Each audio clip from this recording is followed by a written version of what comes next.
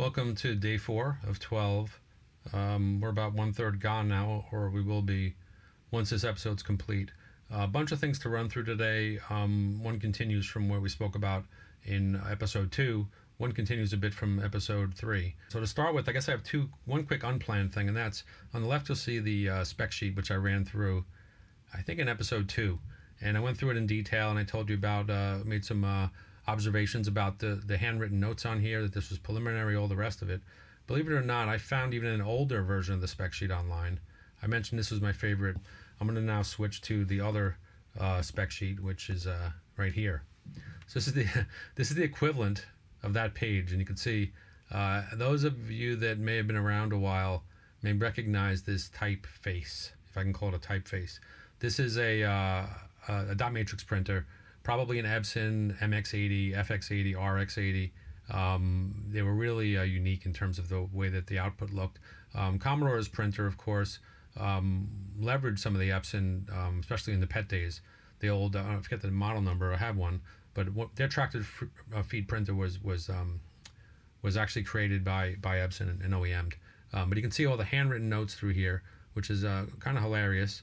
But this is what they had at the time, I guess. So I'll have to compare it page by page and see how it differs, if at all, how the technical detail differs. But it's pretty interesting just to kind of look back even further, find something even older than a preliminary version of it, one that was printed on a dot matrix printer. So that's number one. Number two, I'll talk a bit about the cartridge that I purchased about 2 years ago that kind of started this whole thing for me. I wrote about this in the newsletter published Christmas Eve, and I also mentioned it in the first episode of the series, and that's the I'll put that on video right here, superimpose it. This is the Commodore Christmas cartridge. So obviously it's not sold by Commodore, it's sold by a Tindy maker, I guess you could say, and this person designed a Christmas tree with a single chip on it that has the entire program installed. So plug it into your C128 or your C64, turn it on your machine, and you've got instant Christmas demo. I mentioned that it's a very long program. It's 50-something K, I believe, in total, or at least high 40s. Takes quite a while to load. Well, not with this. And of course, it's a pretty cool thing to have. Funny thing, I just learned the switch on the front of this, as you see here. I thought it did something with the light sequencing, but or the colors. It doesn't. I learned that what it actually does, and this is on his Tindy page. It disables the advertisement at the end of the Christmas demo. So it'll roll right from the last Christmas song, Frosty, I think, and go to the first song, Good Christian, I think is what they call it internally. Kind of interesting. I do like the song though, so I don't know if I'll be doing that. So that's number one, or maybe number two, depending upon how you're counting. We're gonna head into the studio, I think, first, and I'll cover some of these synth topics. Let me talk about them real quick. I gave a demo in episode 3 of the software and how it's coming along, and I noted that I'm placing attributes of oscillators on the screen as commands for changes to the SID are applied. So you saw that in one of the songs it used oscillator sync. So I'd like to express what that is, starting with a modular synthesizer. We'll talk about it in terms of kind of a more modern keyboard and how they do sync. I'll play some samples for you, or some examples. We'll then talk a bit about modulation. We'll start with something on the Minimoog, which is where we started in episode 2, but we'll talk a bit about that, and then we'll move on to pulse width modulation and pulse width in general, a technique that was definitely used on a lot of the more modern SID tunes that you probably have heard. So we'll jump in there in just a moment, and then we'll just close up afterwards with a quick look at graphics. I'm going to talk about the original Christmas demo graphics and show you how they did it, or how it's controlled, at least from the basic program. And then I'll show you how I did it in my demo, and you can see on the top that still image, and I mentioned, I think prior, and in the notes, that it's about 76K, I believe. So how do you squeeze 76K into a 64K machine and still have room for code? Well, we're about to find out. So that's it for today. Episode 5 is going to come along with a discussion about time and motion, and we'll talk about where I'd really like to see this project go.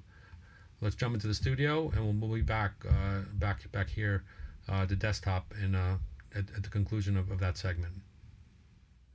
Okay, back in the studio here, and I've got the Minimoog configured with a single oscillator playing a sawtooth wave at 8 feet, which is moderately high, and then the middle C sounds like this.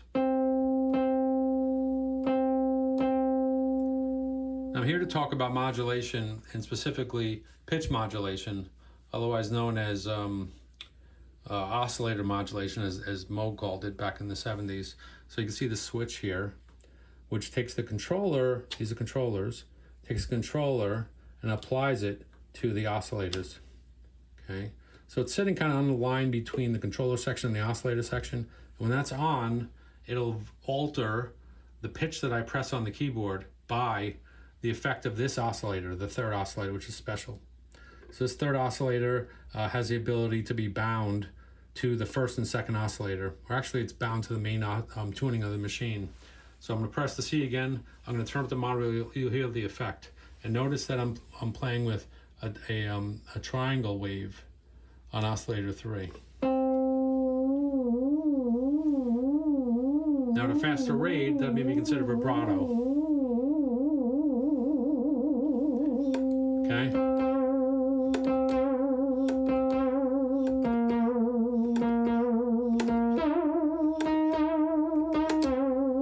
You can also apply this modulation to the filter. So I'll turn it off from the frequency and I'll turn it on to filter.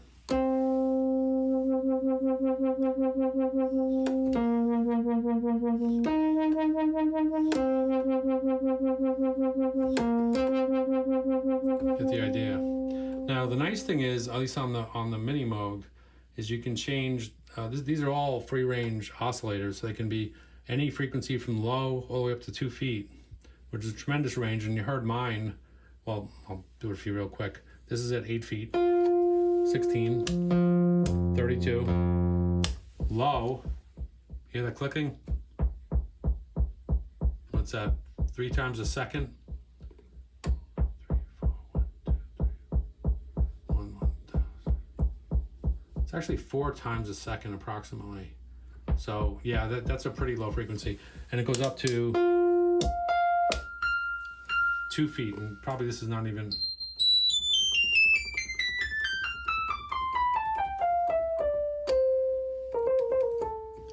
So all the oscillators are equal. My point is that the LFO at a low frequency, on low here, instead of doing the click, click, click, click, clicking, if you're listening to the oscillator, I can turn the mixer off so we're not listening to it.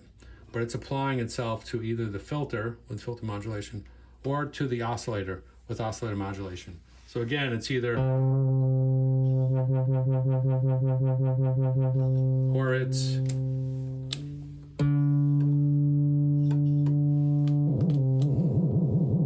okay. This is the amount, by the way. At the lowest bit, it barely applies any of it. And the higher you push this, the more voltage is actually applied to the circuit. So anyway, I've rambled on a bit, but that's modulation. That's frequency modulation, and it's also filter modulation. So now we'll move on and talk about pulse width modulation. And I can do it here, but not in an automated or comprehensive fashion. And the way I'll do it is I'll use my hand to switch between the 3 waveforms. Now I want you to hear something real quick. If I change I'll leave it there, I guess. I'll change this triangle to this ramp, as they call it, to a sawtooth. You can hear the pitch rising and dropping. Let me slow it down. It starts at a low frequency, it goes up, and it drops. Goes up again, drops. Right.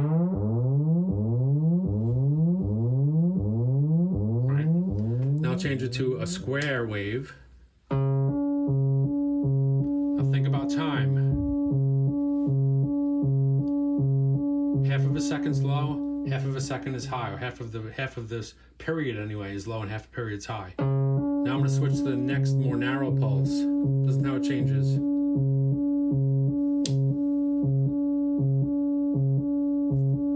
Now the again. Even tinier. So, turn this down. Let's say I wanted to demonstrate pulse width modulation on this machine. I can't do it, but I can do it. This pulse, that's a square wave.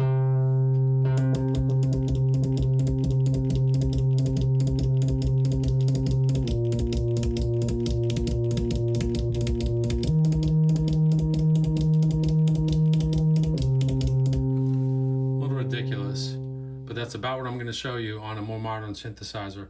More modern being 10 years more modern than this.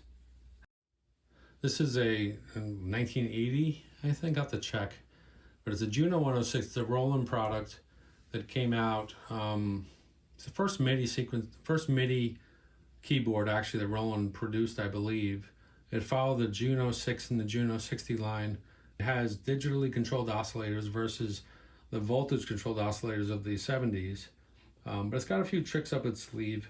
One of them is pulse width modulation. So while on the Minimoog I demonstrated pitch and frequency modulation, and if you see here on the panel, see if you can see that, yeah, on the panel there's a slider that says PWM, pulse width modulation. Now recall that the pulse width on the Minimoog could be a half, or probably 25% and probably 12.5%, where the complement of the 100% is the rest of the cycle. When I get to the modular, this will all be visually clear. But on the Juno, I've got two choices. I can either play it manually, and I'll play a C, and I'll adjust the pulse width from 0, a very thin, and a long off, very thin on and a long off, up to 100, which is the complete opposite. It's a very long off and a very thin up. Okay? So the voltage is rising and falling of the waveform. I can show you this on an oscilloscope in a little bit. At 50, at 5,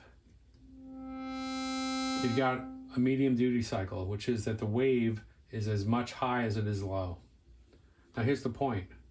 We can modulate the pulse width with an LFO, a low frequency oscillator.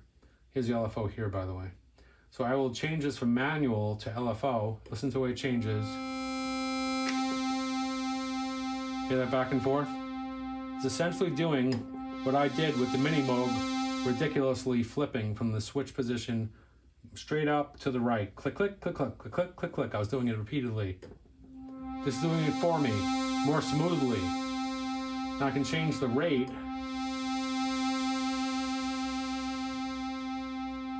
I can change the width for starters anyway.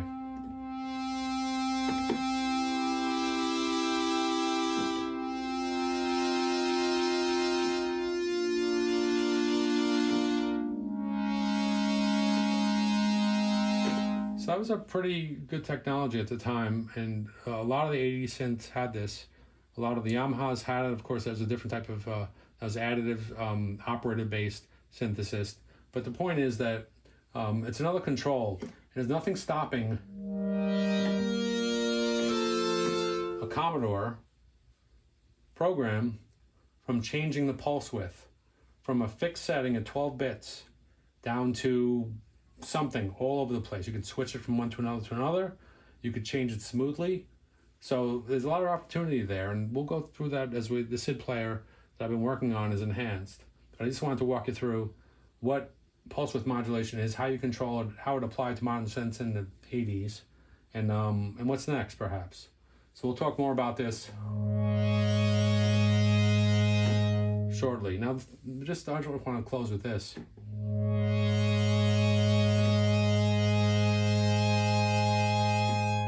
You hear that? Now I'll turn it off.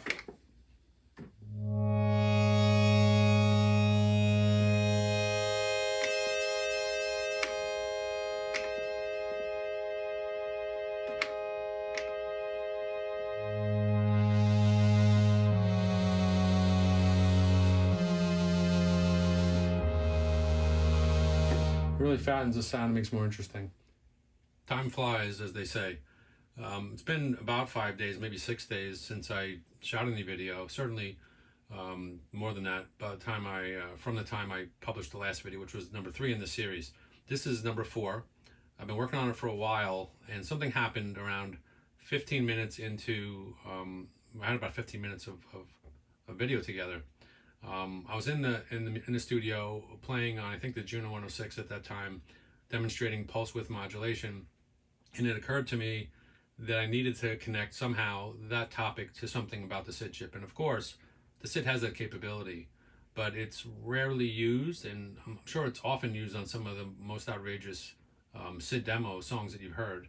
But from a I guess instrument perspective, being able to use those features is not something that I've seen done, and I can't say I've seen every piece of music software developed over the years for the SID chip. But I'm here to share some good news, and that's that I've been coding for the past 5 days or 6 days and writing documentation, and the result is what I'm about to show you.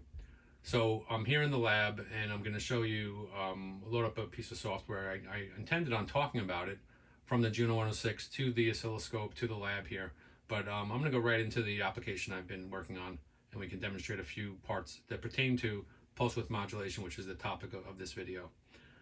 So to start with, the application is called SIDlab, and I'll bring it up. It's a PGX file. This is the proof of concept dev2 v2 as I call it. So I'll bring it up from super basic with a /_ sidlab.pgx. I'm going to need to pause it. I'm probably going to forward a bit to a song, so just bear with the Christmas music. I've had enough of it too. Pause that. I'm going to go forward, forward, forward, forward, forward. Last one.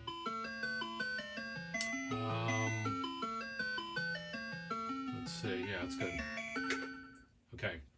So here we are. A couple things to point out, and visually different, slightly different at least from what you saw last time. Of course, in play mode, you have the Christmas, the kind of welcome message on the left, and the instructions on how to run the player on the right. Now it's eclipsed by a keyboard, and you'll notice at the bottom you see some strange shapes. Those represent waveforms, and there's one for each of the 4 waveforms supported. And then on the right, you'll see that there can be a filter selected, which I won't necessarily go into today. But I'd like to at least start with the basic interface here and how you go about making changes to sounds or sculpting sounds. The concept of lab is a place to play around with or run experiments. And the idea is that I'm not necessarily going to create a composition tool or a tool to compose music in. I might do something with the sequencer, not sure. But certainly you can play around with settings and see how they sound and play some very basic tones with 2 hands on your keyboard, assuming your keyboard will support it. I haven't tested all the variations of keyboards available to the F256 yet, but I will. So let me at least draw attention to 2 things, then we'll jump right into pulse width modulation, and probably close this video down for today. I'll need to push some of the topics I meant to cover for this video into the next video, which will be released in the next 2 days probably. To start with, you saw this line of hexadecimal values and the notation above spoken about in episode 3. I've added a bit above that, and you can see some things that are a bit different. But the one thing I do want to point out is between voice 1 on the left, voice 2 in the center, and voice 3 on the right, there's a radio button to the left of the V3, V2, V1, and you'll see the one on the left is illuminated. I'll move to the center voice by pressing the number 2. I'll move to the third voice by pressing the number 3. I'll move back to the first voice by pressing the number 1.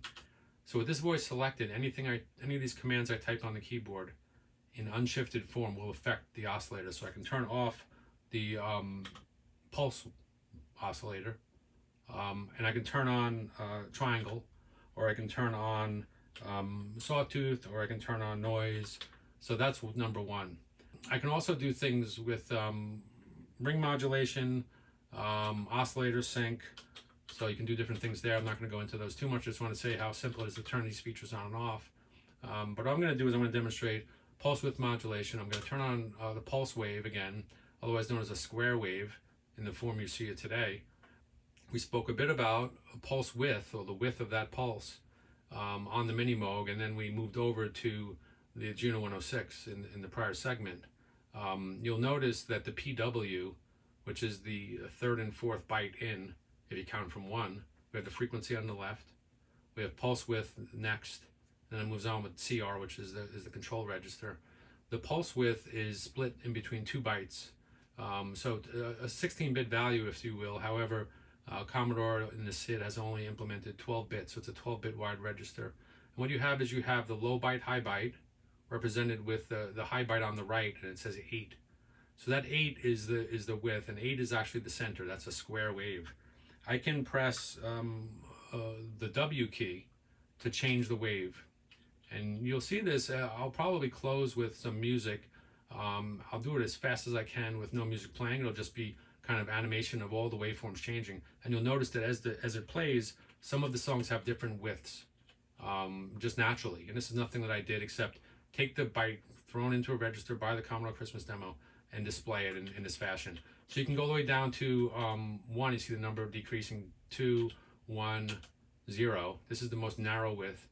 Sometimes this will make a sound, sometimes it won't. And the sometimes really has to do with the low byte, which is to the left, and what that value is. So while the high byte under the W there, which I've been changing by moving the kind of the major or the coarse setting of the width, can change from anywhere from 0 to 15 at the top.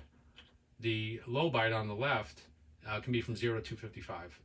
And you'll see that in a moment as I animate that. But let me turn the oscillator on here so you can hear it. I still have noise on, but pulse width takes precedence. Let me hit N to turn noise off.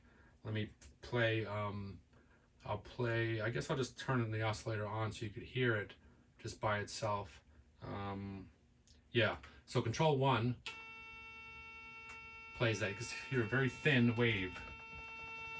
Turn the volume up here. Now I'll move the wave left and make it smaller or larger depending upon your perspective. So, sorry.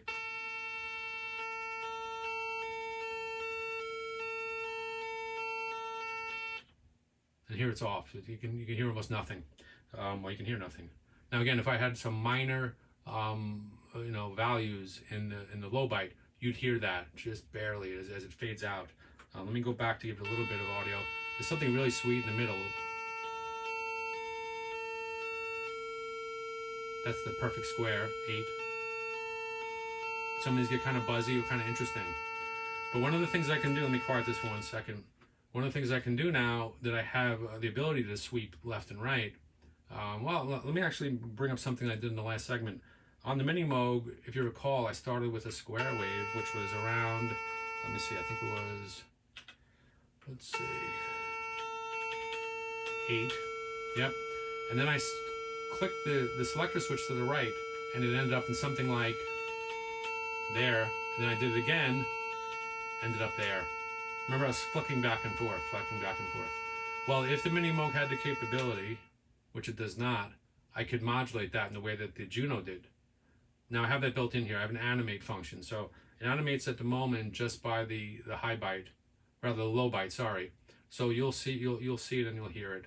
At least let me start that again and press A. You can see the numbers incrementing then and decrementing. That's running right now on a triangle waveform. So it essentially goes up until it hits the top of FF, and then it goes down until it hits the bottom of 0, and it goes back and forth, back and forth. Now move this wave to the center more. You can hear the characteristics change. And of course, there's nothing stopping you from modulating that wave to be 3 bytes wide if you wanted to. So it would essentially go from, it would be this full range here across 2 or 3 of the high bytes, which would be much more dramatic, and of course change the speed of it. Then be a lot more like some of the stuff I was playing on the Juno 106. So that's something else I wanted to share with you. What else could I share with you? Well, there's the ability to I won't turn it on from an audio perspective, but I'll show you just from a filter perspective. You can change the filter. You can enable a filter for each of the oscillators independently. But of course, there's one filter shared, and that's represented on the right. But let me press the F button here, Control F actually, and I'll enable the filter. So you can have a high pass filter, you can have band pass, you can have notch, and you can have low pass. So those are the 4 filters that Commodore offers. Now in the in the reference guide and on the spec sheet, you'll notice something interesting, and that's that there's really only 3 filter modes. There's low pass, there's high pass, and there's band pass. But notch is created by combining low pass and high pass.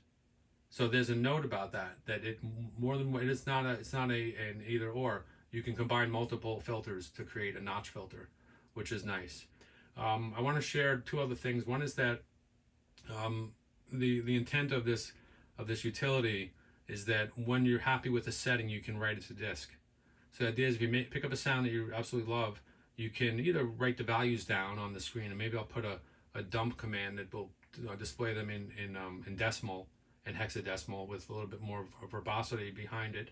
And then you can use those to poke them into a basic program. Those of you that know Ernesto, who's authored a number of really cool utilities for the Foenix platforms, I've spoken to him, and he's agreed. When I say agree, I mean I ask him, I say, hey Ernesto, how about if you create something that does this, it'll be really cool. And he usually says, let me see if I can do that. When do you need it? And then sure enough, 2 days before I need it, he presents something awesome. He did that at VCF when we did the Valkyrie demo. But he's offered to write a little utility that will take the byte value as saved from here and load them into a super basic program, so you can use them in your own programs for either sound effects or what have you.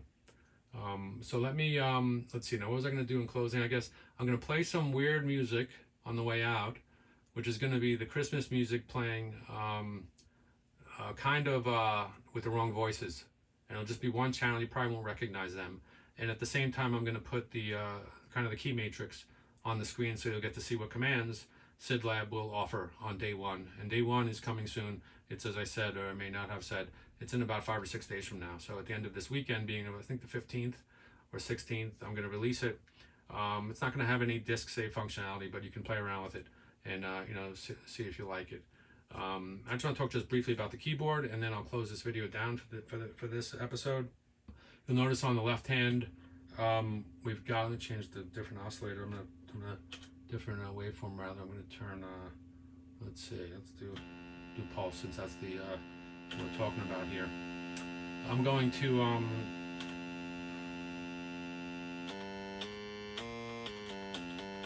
so the top left of the keyboard are kind of left hand or bass controls, right? Z. There you go. So it's seven keys. We've got F, G, A, B, and it's sharps or flats. And on the right hand, we've got it goes from 5 actually, but 6 is a C, and then the backspace is the upper edge of that. It says delete on the screen.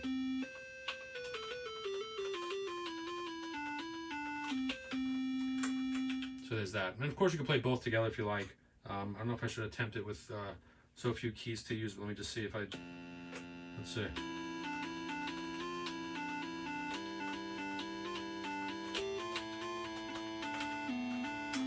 Get the idea.